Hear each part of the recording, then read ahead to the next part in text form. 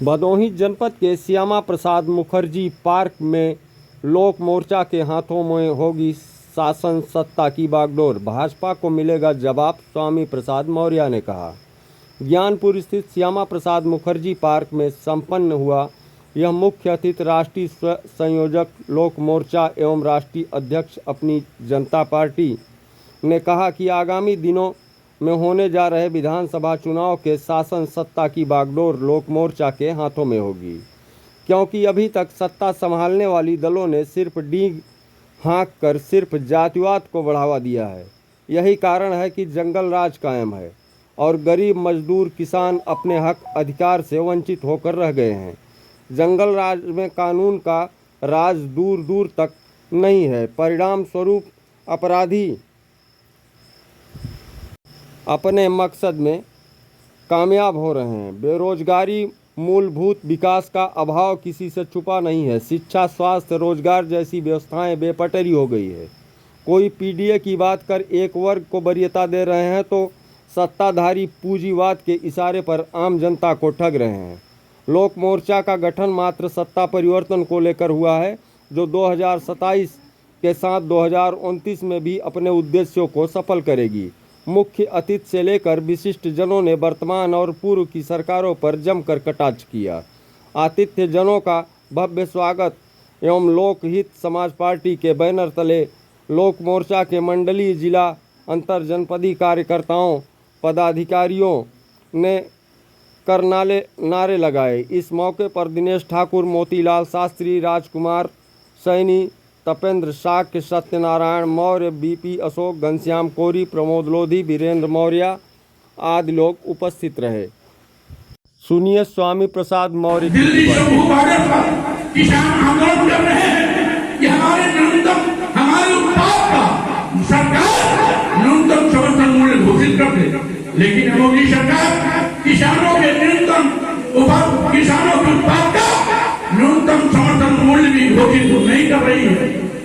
यही नहीं, छुट्टा जानवर किसानों के हरी भरी फसल, हिंदू मुसलमान मस्जिद मंदिर के नाम पर इस देश के गरीबों को बरगलाने का काम करते हैं।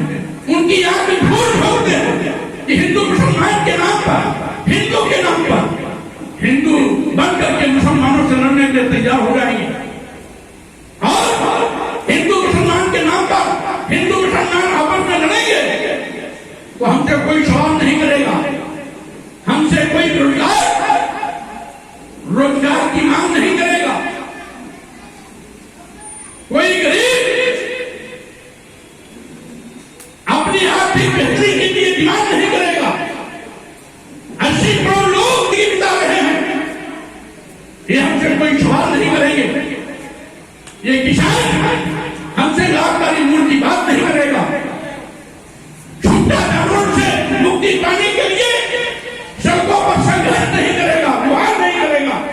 इसलिए हिंदू मुसलमान तो बहाना है, यह अपने गलतियों से, अपने नाकामयाबियों से, अपनी विफलता से, अपनी असफलता से जनता का ध्यान हटाने का बहाना है। हिंदू मुस्लिम के नाम पर आपको डराते हैं, लेकिन मकसद क्या है? जिससे कि इनकी कमाई की चर्चा न हो, इनके पापों की चर्चा न हो, इनके काले कारनामों की चर्चा न हो, इनकी विफलता की चर्चा न हो, असफलता की चर्चा न हो। इसलिए हिंदू मुस्लिम और मस्जिद मंदिर का मुद्दा उठाकर हमें भटकाने की कोशिश करते हैं। 764 उत्तर प्रदेश के प्राथमिक विद्यालय बंद करने का फरमान जारी किया। अपनी जनता पार्टी ने विधानसभा के सामने हजारों हजार की भीड़ के साथ उसका विरोध किया, प्रदर्शन किया, राज्यपाल को ज्ञापन दिया, सभी जिला मुख्यालयों पर प्रदर्शन करके अपना स्कूल बंद करने का फैसला वापस लिया। लेकिन सरकार की नीयत का पता लग गया। ये सरकार गरीबों के बच्चों को स्कूलों की पढ़ाई से वंचित करना चाहेगी। शिक्षा को महंगी कर निम्ननाथ चल रहा है। आपने देखा होगा इसी पहले आज आदिवासियों के सिर पर खड़ा होकर बेटा करने वाला इसी बिहार इसी मध्य प्रदेश में घटना घटी। आदिवासियों को उखाड़ फेंकना है।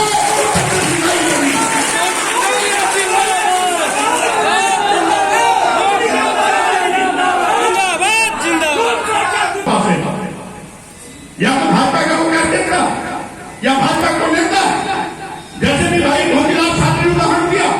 इसी बीच में एक लड़की से बलात्कार की घटना होती है।